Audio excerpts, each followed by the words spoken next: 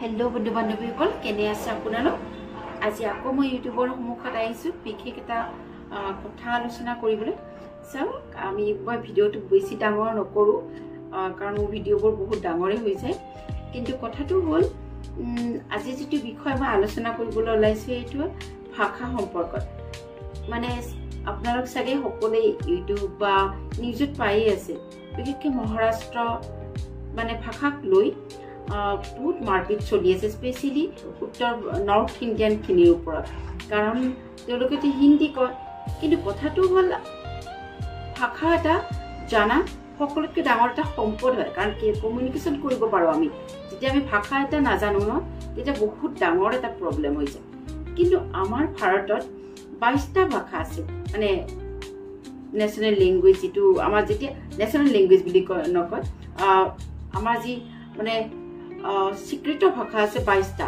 এতিয়া তাৰে যদি আটাইকেইটা ভাষা আমি জানিবলৈ যাওঁ আমাৰ কাৰণে বহুত টাফ হৈ যায় কিন্তু আমি যেতিয়া কোনোবা এখন ঠাইত থাকো ধৰকচোন মই অসমৰ হয় যেতিয়া মই এতিয়া কৰ্ণাটকাত আছো এতিয়া ইয়াৰে ভাষাটো কানাড়াটো মই যদি জানো তেতিয়াহ'লে কি বহুত ভাল হয় গাখীৰতে মহৰ খুঁটিৰ দৰে আমি কমিউনিকেশ্যন কৰিব পাৰিম ইয়াৰ মানুহৰ লগত আমি বহুত সহজ হ'ব পাৰিম ভাল কথা কিন্তু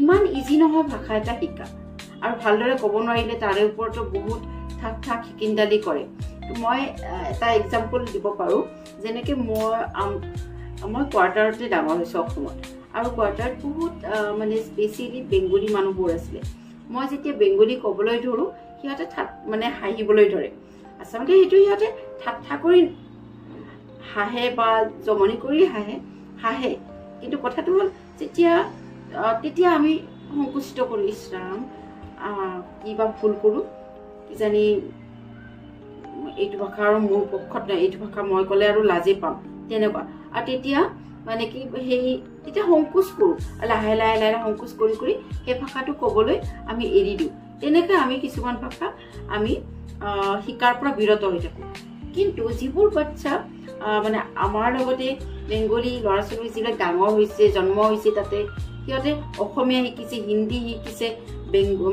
নিজৰ ভাষাটোতো আছে লগতে আছে বড়ো চুৰ এইবোৰো শিকি লৈছে কাৰণ সিহঁতে সৰুৰ পৰা তেনেকে ডাঙৰ হৈছে তেনেকে মানে কি সৰুৰ পৰা কেইবাটা ভাষা পাই গ'ল কিন্তু আমি যেতিয়া আছো আমি মাৰ পৰা ডাইৰেক্ট অসমীয়া ভাষাটো অসমীয়া প্ৰাধান্যকৰণ হৈ গৈছে কাৰণ নিজৰ মাতৃভাষা এটা আছে গতিকে বেলেগ আৰু জৰুৰী নাই আৰু সিহঁতৰ লগত কমিউনিকেশ্যন সিহঁতে অসমীয়াতে কথা কয় তো আমি কেনেকৈ বাৰু বেলেগ এটা ভাষা শিকি লওঁ কিন্তু যিখিনি নোৱাৰে যেনে সিহঁতৰ মাক দেউতাকে কিন্তু অসমীয়া ক'বলৈ টান পায় এইটো কাৰণটো এইটোৱেই কাৰণ তেওঁলোক বয়স হৈছে তেওঁলোকে এখন ষ্টেটৰ পৰা বেলেগ এখন ষ্টেটলৈ আহিছে তেওঁলোকে এটা নতুন ভাষা শিকোঁতে মানে শিকিবলৈ যাওঁতে টাইম লাগে আৰু বয়সৰ লগে লগে সেই স্মৃতি শক্তি সেই মানে ইচ্ছা শক্তি সেই মানে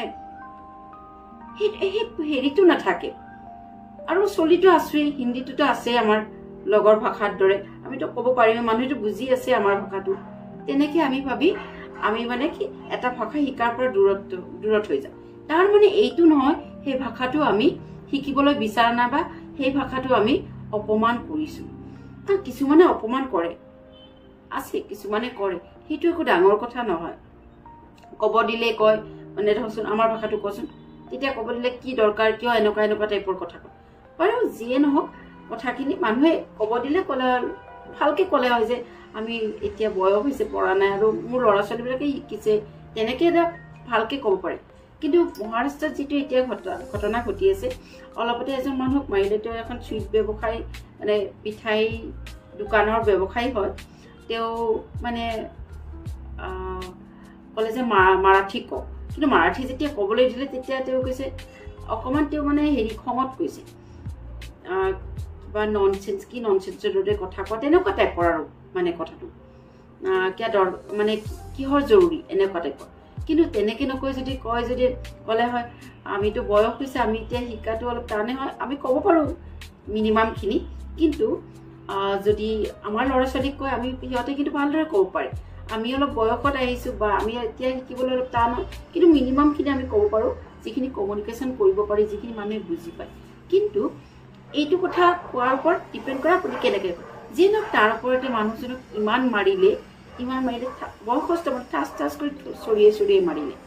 কথাটো এইটোৱে হ'ল, এতিয়া চাওক, মই এতিয়া কৰ্ণাটকাত আছোঁ।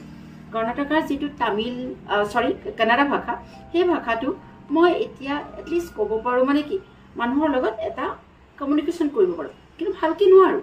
কিন্তু সেইটো বস্তুৱে যদি মোৰ শহুৰ দেউতা বা মোৰ শহুৰ শাহু মাক ক'বলৈ দিওঁ, পাৰিব নেকি? তেওঁলোকে এই বয়সত এটা বেলেগ ভাষা শিকা ইজি হয় জানো? মোৰ শহুৰ আৰু শাহু মা মানে কি কাছাৰৰ এখন ভিতৰুৱা গাঁৱৰ হয়। তেওঁলোকে তাত অসমীয়া এজনো পোৱা নাই। অসমীয়া এটাই ক'বলৈ তেওঁলোকে টান হৈ যায়, বুজিয়ে নাপায়। তেওঁলোকে কয় মই অসমীয়া দুজনী টিচাৰ হয় মোৰ অসমীয়া, তেওঁ কয় মই অসমীয়া এজন মানুহকে লগ পাইছিলোঁ আমাৰ তাত, মোৰ শাহু মায়ে কয়। তেওঁ স্কুল SI আছিলে, তাৰ বাহিৰে কোনো অসমীয়া লগেই নাপালোঁ। এতিয়া মোৰ ল'ৰাটোৰ পৰাহে মই বেংগলোৰত অহাৰ পৰা অসমীয়া মানুহ পাই আছোঁ। চাওক, তাতে কোনো অসমীয়া নাযায়। তো কেনেকৈ অসমীয়া এটা মানে প্ৰচাৰ হ'ব বা মানুহে ক'ব? কিন্তু দেউতা গুৱাহাটীত আছিল কাৰণ দেউতাই এটলিষ্ট বুজি পায়। কিছুদিন আছিলে, কিন্তু ক'বলৈ দেউতাৰো অসুবিধা হয়। কিছুদিনহে আছিলে, চাকৰি উঠে, তাৰপিছত দেউতা গুচি যায়। আকৌ তেনেকৈ অসমীয়া ভাষাৰ পৰা দূৰত হৈ যায়। য'ত মানুহে নাই তাত সেই ভাষাটো শিকা জানো ইজি হয়? সেই একেটা কথা কৈছোঁ, মানে কি এতিয়া আমাৰ পিছৰ পিঢ়িখিনি যিখিনি আহিব ইয়াতে, সিহঁতে যদি কানাড়া নাজানে, মানে ইয়াৰে ভাষাটো নাজানে, তেতিয়া সঁচাই দুখৰ কথা। কিন্তু যিটো লেংগুৱেজ মানে কি মানে আমি কেতিয়াও ভালকৈ নতুনকৈ আহি শিকিবলৈ হ'লে আমি সেই সুৰ টনত ক'বলৈ টান হয়। মই এতিয়া চলিব পৰাকৈ কানাড়া অসমত ক'ব পাৰিম, কিন্তু মই কেতিয়াও সেই টনত ভালদৰে এটা কানাড়া ভাষা কোৱাটো মোৰ কাৰণে ইজি নহ'ব। কিন্তু ঠিক তেনেদৰেই মানে কি মোৰ সৰু দেউতাহঁতৰ কাৰণে টানেই হৈ যাব। তেওঁলোকে এটা ৱৰ্ডো বুজি নাপায়। বেটাৰ কৰে ন, তেওঁলোকৰ বয়সৰ কথা, কিন্তু সেইবোৰ নেচাই মানুহবোৰে যেতিয়াই যাকে তাকে ভাষাক লৈ মাৰপিট কৰিছে। বিশেষকৈ মহাৰাষ্ট্ৰত, এতিয়া মানে কি কৰ্ণাটকাতো এইটো হৈছে, অ'টত উঠিলে অ'টত হাল্লা গুল্লা কৰে, মানে কি কানাড়া ক'ব লাগিব, কিবা ক'ব লাগিব। এজন মানুহে এয়াৰপৰ্টৰ পৰা ইমান দূৰৰ পৰা আহিছে, বেলেগ এখন ষ্টেটৰ পৰা আহিছে, তেওঁ কেনেকৈ জানে যে সেই ভাষাটো তেওঁ জানিব? ছেকেণ্ড কথা, ঠিক তেনেদৰে আমাৰ অসমতো কেতিয়াবা হয়, কিছুমান মানুহে নেজানিলে অসমীয়া ভাষাটোক লৈ কিয় নকয়, সেইটোক লৈ হাল্লা কৰে। হয়, নিজৰ ভাষাক গৌৰৱ কৰা, নিজৰ ভাষাক আদৰ সন্মান কৰা খুবেই জৰুৰী।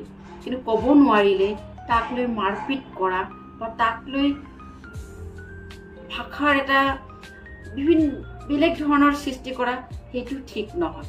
কিন্তু যিবোৰ ল'ৰা ছোৱালী তাতেই জন্মগ্ৰহণ কৰিছে, তাৰপিছতে যদি ক'ব পৰা, সেইটো সঁচাই লজ্জাজনক কথা।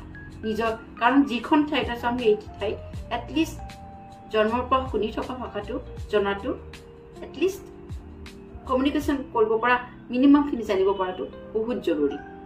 নহ'লে সেইখন ঠাইৰ লগত আমি ঠাইত থাকি কৰিছোঁই কি? সেইটোৱে কথা ন। আৰু এখন ঠাইত থেকে এখন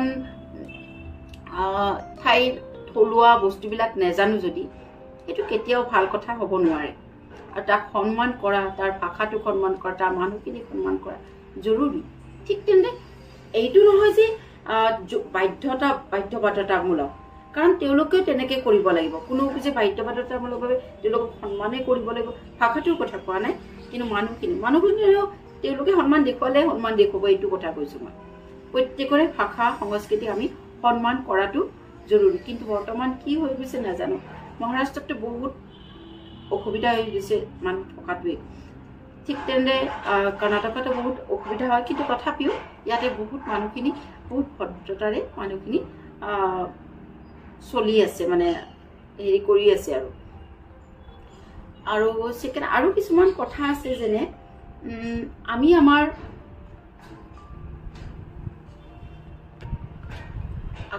মই আকৌ ক'ব বিচাৰিছোঁ যে সাধাৰণতে এইটো বিশেষকৈ পলিটিচিয়ান যিবিলাক ৰাজনীতি মানে ৰাজনীতিৰ লগত জড়িত মানুহখিনিয়ে ডাইৰেক্ট তাতে ক'ব ধৰিছে মহাৰাষ্ট্ৰত যে মাৰাঠী ভাষাক যদি ক'ব নোৱাৰে, মাৰাঠী ভাষা যদি ক'ব নোৱাৰে মাৰ খাবই লাগিব। এইটো কেনেধৰণৰ কথা?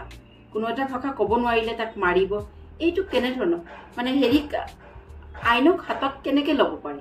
এইটো কি ধৰণৰ কথা? তাৰমানে কি এতিয়া সেই মাৰাঠী মানুহবোৰ যেতিয়া ইয়াতে আহিব, কৰ্ণাটকত আহিব, তেওঁলোকে কানাডা ক'ব নোৱাৰিব, তেওঁলোকে মাৰিব লাগিব। তাৰমানে ঠিক তেনে মাৰাঠীখিনি যেতিয়া অসমত যাব, অসমীয়া ক'ব নোৱাৰিব, তেতিয়া অসমীয়াখিনি মাৰিব। তাৰমানে কি আমাৰ মানুহখিনিৰ মাজতে এতিয়া মানে কৰি আছে, মাৰপিট লগাই আছে। কেতিয়া কিমান আৰু এনেকৈ চলিব ভাষাক লৈ, কেতিয়াবা ধৰ্মক লৈ। এতিয়া মানুহবোৰতো এতিয়াতো দেখা দেখি চলি আছে। আপোনালোকে দেখিছে পেহেলগামত যিটো হ'ল, পেহেলগামত কি হ'ল? ডাইৰেক্ট কলমা পঢ়িব নোৱাৰিলে কি কৰিছে? মানুহখিক মাৰিছে। এতিয়া কলমা কোনে পঢ়িব নোৱাৰে আৰু কলমা কোনে পঢ়িব পাৰে? তাতে আপোনালোকে ভাবি চাওকচোন কেনেকুৱা ধৰণৰ ৰাজনীতি চলি আছে। আৰু ৰাজনীতিবিদবিলাকেও মানে যি ৰাজনীতিৰ লগত জড়িত আছে তেওঁলোকে ভাল খেল কৰিছে। এতিয়া আমাৰ মানুহখিনিৰ মাজত এতিয়া ভালদৰে মানে কি হৈছে, তেওঁলোকেতো আৰামত চলি যাব, এই সাধাৰণ মানুহখিনিয়ে মৰি থাকিব। যেনক আজিলৈ আহিছোঁ, এনেকুৱা ধৰণৰ নিজৰ ভাষা, প্ৰত্যেকৰে ভাষাক সন্মান কৰক আৰু ক'ব নোৱাৰাৰ কাৰণে তাক আইনক হাতত তুলি নল'ব। আৰু কাৰণ বহুত মানুহে চাওক, যেতিয়া মই এটা কথাই ক'ব বিচাৰিছোঁ, ময়ো অসমৰ পৰা আহিছোঁ। অসমতো মই দেখিছোঁ মানে কিছুমান মানুহে অসমীয়া ক'ব নোৱাৰিলে, কিছুমান মানুহে চৰিয়া মই দেখিছোঁ, মই নিজে ওচৰতে দেখিছোঁ। এইটো কেনেধৰণৰ কথা? মই যেতিয়া মাছ কম পঢ়ি আহিছিলোঁ, মোৰ লগৰে কেইজনীমান আছিলে, তাই হিন্দী ভাষী আছিলে, তাইক অসমীয়া ক'ব নোৱাৰাৰ কাৰণে তাইক কথা শুনাইছিলে। কিন্তু তাই উত্তৰ দিছিলে বাৰু যে হিন্দী ৰাষ্ট্ৰভাষা এইবোৰ, কিন্তু তেনে কথা তাই ভালকৈও ক'ব পাৰিলে যে শিকি আছোঁ, তেনেকৈ ক'ব পাৰিলে, বা অলপমান মই ভালকৈ নোৱাৰোঁ কিন্তু ক'বলৈ ট্ৰাই কৰিম, তেনেকুৱা। কিন্তু যিয়ে নহওক সেইটো একো ডাঙৰ কথা, ক'ব নোৱাৰিব পাৰে। ইমানটা ভাষা আছে, ভাষা এটা ক'ব নোৱাৰিব পাৰে, একো ডাঙৰ কথা নহয়। কিন্তু যদি এখন ঠাইত আমি থাকোঁ, তাতে জন্মগ্ৰহণ কৰি কৰোঁ, তেতিয়াহ'লে ভাষা এটা শিকাটো আমাৰ মানে বাধ্যতামূলক বুলি ক'ব পাৰি। কাৰণ আমি তেতিয়াহে কমিউনিকেশ্যন কৰিব পাৰিম। যেনক এই সৰু মানে কিছুমান সৰু কথাৰ